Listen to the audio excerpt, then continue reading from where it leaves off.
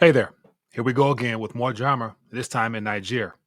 So last week's coup is stirring up quite the international mess, and France is not happy at all.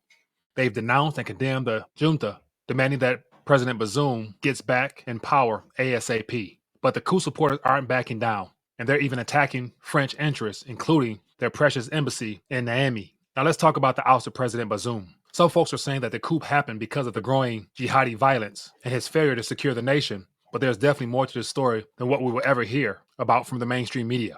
If we want a real glimpse of what's really going on, look no further than the tears of Ahmad Jadao, the finance minister of Niger.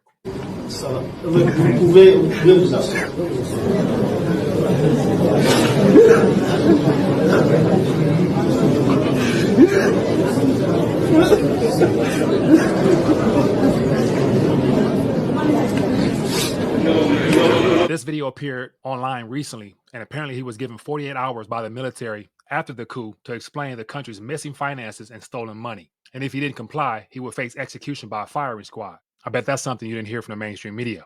But wait, it gets even juicier. Niger, being the seventh largest uranium producer in the world, has decided to play hardball with France. They've suspended exports of uranium and gold, and the junta is all about anti-French talk at this current moment. Meanwhile, there are whispers of the French military intervention on the horizon, and both sides are exchanging threats and warnings. And let's not forget the Russian flag-waving protesters who attacked the French embassy. The tension is off the charts in Western Africa right now.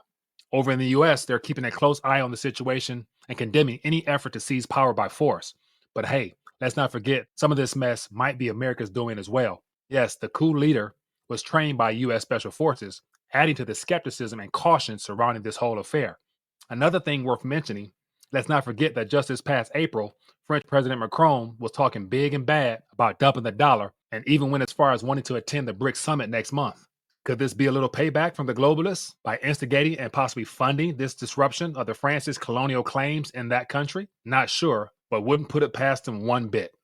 And while we're at it, France is sweating bullets because Niger provides 15% of their precious uranium needs. And at this moment, uranium stocks are skyrocketing, and nuclear power companies are on high alert, wondering what this means for their precious energy needs and the woes of relying on others for your energy fix.